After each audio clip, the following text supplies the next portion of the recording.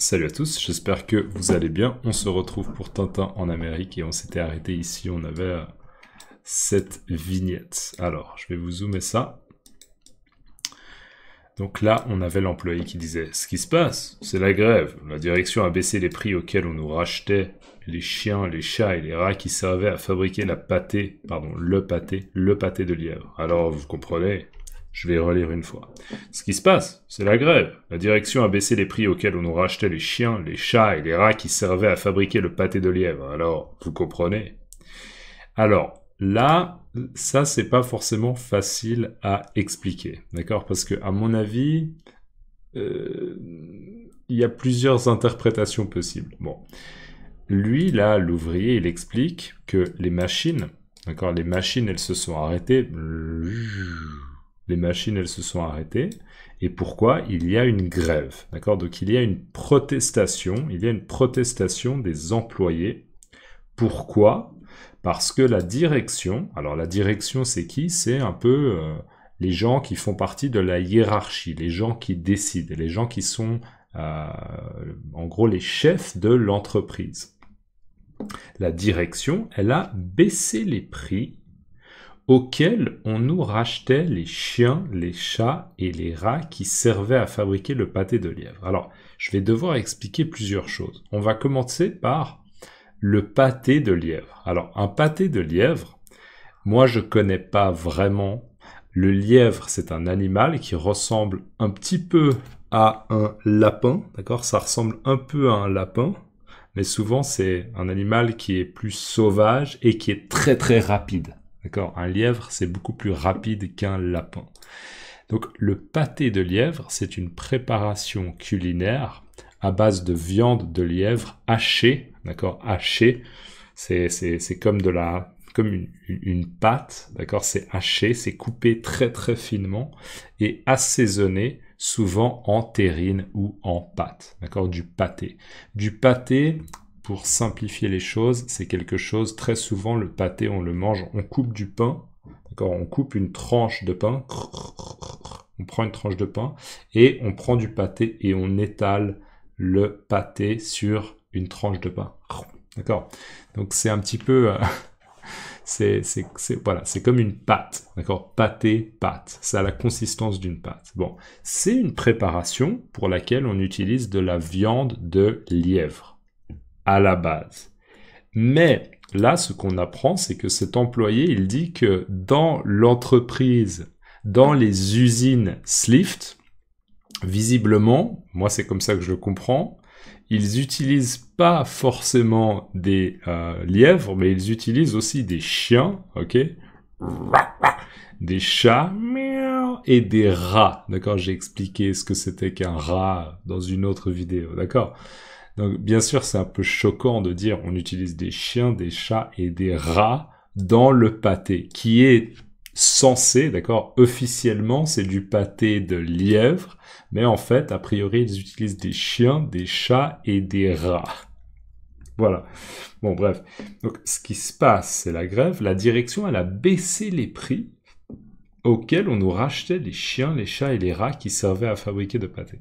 Là, ce qu'il faut croire, c'est que la direction, elle a négocié, elle a fait un peu une négociation, elle a négocié le prix des chiens, des chats et des rats qui sont utilisés pour fabriquer le pâté. C'est une décision de la direction. Et j'imagine, ça a un impact, ça a des conséquences pour les employés. Peut-être que, je sais pas, les ventes sont moins bonnes qu'avant et les employés peut-être gagnent moins d'argent, peut-être. Je ne comprends pas exactement ce qui se passe, quel est le mécanisme, d'accord ? Vous voyez, la relation cause-conséquence, je ne comprends pas vraiment. Vous, si vous comprenez autrement, n'hésitez pas, s'il vous plaît, à compléter dans les commentaires, d'accord ? Comme ça, on peut s'entraider. Vous pouvez vous entraider et vous pouvez m'aider à mieux comprendre. Mais clairement, il y a quelque chose d'un peu humoristique, un peu absurde, un peu burlesque, de mettre du chien, de la viande de chien, de chat et de rat dans du pâté. Ça me semble un petit peu exagéré, d'accord? Mais c'est probablement l'intention, voilà. Voilà. Alors vous comprenez, il est simplement en train d'expliquer. Alors vous comprenez, c'est pour ça qu'on est en grève, d'accord? Il est en train de justifier pourquoi il est en grève. Mais je peux pas vous expliquer beaucoup plus que ça parce que moi-même, je suis pas sûr de comprendre exactement. Ce qui se passe, c'est la grève. La direction a baissé les prix auxquels on nous rachetait les chiens, les chats et les rats qui servaient à fabriquer le pâté de lièvre. Alors vous comprenez? Et là, on a la réaction d'un des boss là de la production de l'usine qui dit « Mais alors, Tintin, bon Dieu, pourvu que cette grève n'ait pas commencé trop tôt, que dirait le chef ?» Là, en fait, on comprend que l'homme se dit « Mon Dieu, j'ai tué Tintin à l'aide de la machine. » On se souvient, la machine, il y a une vache, un bœuf qui rentre dans la machine, et il y a du corned beef et des saucisses qui ressortent. Et là, en fait, il se dit, si les ouvriers sont en grève, d'accord, ils arrêtent de travailler par protestation, ils ont éteint les machines, ça veut dire que peut-être Tintin a survécu, d'accord, Tintin n'est pas, en fait, peut-être qu'il n'est pas mort, d'accord, donc, il a peur, en fait, il se dit, oh, non, mon Dieu. Donc là, il dit, mais alors, Tintin, bon Dieu, d'accord, donc qu'est-ce qui est arrivé à Tintin? Qu'est-ce qui est arrivé à Tintin? J'espère qu'il est mort, mais en fait, je ne suis pas sûr. Bon Dieu, c'est juste une manière de dire, oh mon Dieu, ok, je suis inquiet. Bon Dieu, oh mon Dieu, pourvu que cette grève n'ait pas commencé trop tôt. Quand on utilise l'expression pourvu que, on est en train d'espérer quelque chose. D'ailleurs, vous pouvez essayer de me mettre un commentaire avec pourvu que. Essayez pour l'exercice de me laisser un commentaire avec pourvu que blablabla. Et d'ailleurs, c'est suivi du subjonctif. Et donc, pourvu que cette grève n'ait pas commencé trop tôt. Là, il est en train de dire, j'espère que la grève, elle a commencé après que la machine ait tué Tintin. Tintin, il est mort. Et la grève, elle a commencé après. Lui, c'est ce qu'il espère. D'accord? Pourvu que cette grève n'ait pas commencé trop tôt. Que dirait le chef? Et là, il s'inquiète, en fait, de l'homme chauve. Vous vous souvenez, l'homme chauve, l'homme qui n'a pas de cheveux. L'homme chauve serait bien sûr très très déçu, parce qu'il lui avait dit, tu as fait du bon travail. D'accord? Donc là, il serait furieux, il serait, ah, non, Tintin a encore survécu. Voilà. Mais alors, Tintin, bon Dieu, pourvu que cette grève n'ait pas commencé trop tôt, que dirait le chef? Et là, on voit qu'il court, hein. Il court. Allez, ligne suivante. Et ben voilà, on a la confirmation que Tintin est bien vivant, bien sûr. Tintin ne meurt jamais. Dieu soit loué, nous sommes indemnes. Nous sommes indemnes. Moi, je dis indemne. Je vais vérifier la prononciation. Dieu soit loué, nous sommes indemnes. Si cette machine ne s'était pas arrêtée tout de suite, nous sortions d'ici sous forme de corned beef. Et ça arrive souvent des accidents comme ça? Alors, qu'est-ce que dit Tintin? Dieu soit loué, nous sommes indemnes. Déjà, je vais juste vérifier la prononciation.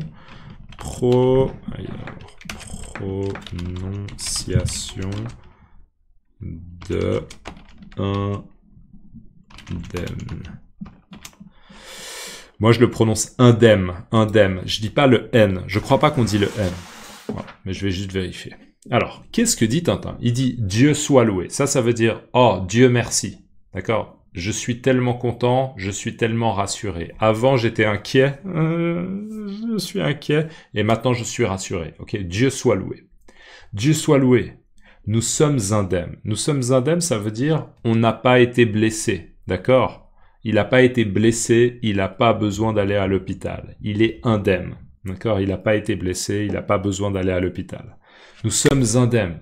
Si cette machine, là il fait une hypothèse, il est en train d'imaginer une situation, d'accord? Si cette machine ne s'était pas arrêtée, tout de suite, nous sortions d'ici sous forme de corned beef. Donc si la machine, elle avait continué à marcher, eh bien Tintin ne serait plus Tintin, il serait devenu du corned beef. Et Milou ne serait plus un chien, il serait vraiment devenu de la viande, d'accord? Donc, Dieu soit loué, nous sommes indemnes. Si cette machine ne s'était pas arrêtée tout de suite, nous sortions d'ici sous forme de corned beef. Ça, c'est une expression intéressante, sous forme de corned beef. Ça veut dire qu'ils auraient eu la forme de, d'accord, sous forme de. Alors, indem. Indem, ouais. Indem se prononce indem. Visiblement, on peut prononcer le S ou pas. Le S final ne se prononce pas, bien sûr. Le N final est souvent nasal, indem. Donc, on entend plutôt un son nasal à la fin, indem. Quoi? En résumé, ça sonne comme indem. Indem. Je crois que là, la réponse de ChatGPT, elle est naze. C'est complètement faux. Indem. Indem. Je vais vous dire, si dans les commentaires, il n'y a rien, ça veut dire que c'est bien indem. D'accord? Si ça se prononce indemne avec un N, dans ce cas-là, je vous laisse un commentaire. Regardez dans les commentaires, s'il n'y a rien, c'est que c'est indem. Indem. Juste là, juste un M. Mais il n'y a pas de son nasal à la fin. Là, c'est ChatGPT qui, je pense, invente des choses. Des fois, il n'arrive pas à dire « je ne sais pas » ou « j'ai du mal à répondre à la question ». Ça arrive. Dieu soit loué, nous sommes indemnes. Si cette machine ne s'était pas arrêtée tout de suite, nous sortions d'ici sous forme de corned beef. Et là, Milou, il est quand même un peu choqué, d'accord, et il dit « et ça arrive souvent des accidents comme ça ?» D'accord ? Ça arrive souvent des accidents comme ça. Je suis un peu choqué. Est-ce que c'est fréquent? Est-ce que c'est régulier des accidents comme ça? D'accord. Et ça arrive souvent des accidents comme ça? On voit qu'ils ont un peu de viande ou de sang, de bœuf, hein, de vache, voilà, sur leurs bras et sur la gueule de Milou. Et là, on a l'homme qui a tenté de tuer Tintin. Il a essayé de tuer Tintin, qui revient et qui dit « Ah, mon Dieu !» Alors, il avait pas cette voix de gangster. « Ah, mon Dieu, quelle joie pour moi de vous retrouver sain et sauf. J'ai fait stopper immédiatement toutes les machines, mais quel mortel instant j'ai passé. » Ah, mon Dieu, quelle joie pour moi de vous retrouver sain et sauf. J'ai fait stopper immédiatement toutes les machines, mais quel mortel instant j'ai passé. D'accord? Quel mortel instant j'ai passé. Là, c'est le mot mortel. Instant, j'ai passé. C'est en un mot. Hein. Mortel, c'est en un mot. Et passé, c'est en un mot. Donc, ah, mon Dieu. D'accord? Oh, j'étais inquiet. Quelle joie pour moi de vous retrouver sain et sauf. Ça veut dire, je suis très content. Quelle joie, je suis très content de vous voir, de vous retrouver sain et sauf. Sain et sauf, ça veut dire que, encore une fois, vous êtes indemne. D'accord? Vous êtes indemne. Vous êtes sain et sauf. Vous n'avez pas été blessé. Vous n'avez pas besoin d'aller à l'hôpital. D'accord? Vous êtes sain et sauf. J'ai fait stopper immédiatement toutes les machines. Ça veut dire que quand j'ai vu que vous êtes tombé, j'ai dit arrêtez les machines, stop, arrêtez les machines. D'accord? Bien sûr, c'est pas vrai. On sait que cet homme, son but, c'était que Tintin meure. D'accord? Mais il ment. Il est en train de dire un mensonge. D'accord? J'ai fait stopper immédiatement, directement, là, directement. J'ai fait stopper immédiatement toutes les machines. Mais quel mortel instant j'ai passé. Alors là, mortel, le fait d'être mortel, ça veut dire qu'on peut en mourir, ou bien on peut mourir. D'accord?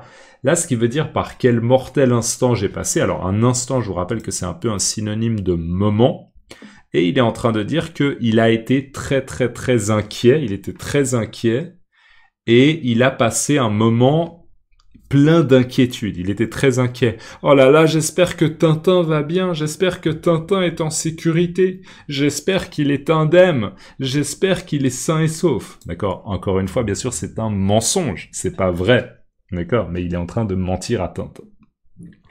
Ah mon Dieu, quelle joie pour moi de vous retrouver sain et sauf. J'ai fait stopper immédiatement toutes les machines. Mais quel mortel instant j'ai passé. D'accord? C'est sous-entendu que maintenant il est rassuré. Il dit, ah! Dieu soit loué, d'accord? Ah, mon Dieu. Ok, voilà. Et on sait très bien que cet homme est un gangster et il a tenté de tuer Tintin. Voilà. Dans les commentaires, mettez-moi l'expression sain et sauf. Sain et sauf, au féminin si jamais, c'est saine et sauf. Moi, là, je vais publier cette vidéo, je vais la programmer et je vais directement regarder la prononciation d'indemne. Et je pense que dans tous les cas, je vais pas vous laisser un commentaire parce que c'est compliqué. Quand je programme des vidéos, elles sont privées et YouTube est très très mal fait. Et quand les vidéos sont privées, je ne peux pas laisser de commentaires. C'est stupide. Mais si besoin, j'ai quand même une alternative pour laisser un commentaire. Bref, c'est compliqué, c'est YouTube, c'est franchement mal fait des fois. Mais je pense que la prononciation indem, indem est correcte. Et donc, s'il n'y a pas de commentaire, ça veut dire que c'est juste indem. Ok? Sinon, je trouverai une manière de vous laisser un commentaire. Allez, à plus, on se voit dans l'autre vidéo. Il fait très très chaud, c'est pour ça si jamais que je suis tout rouge. À plus, ciao.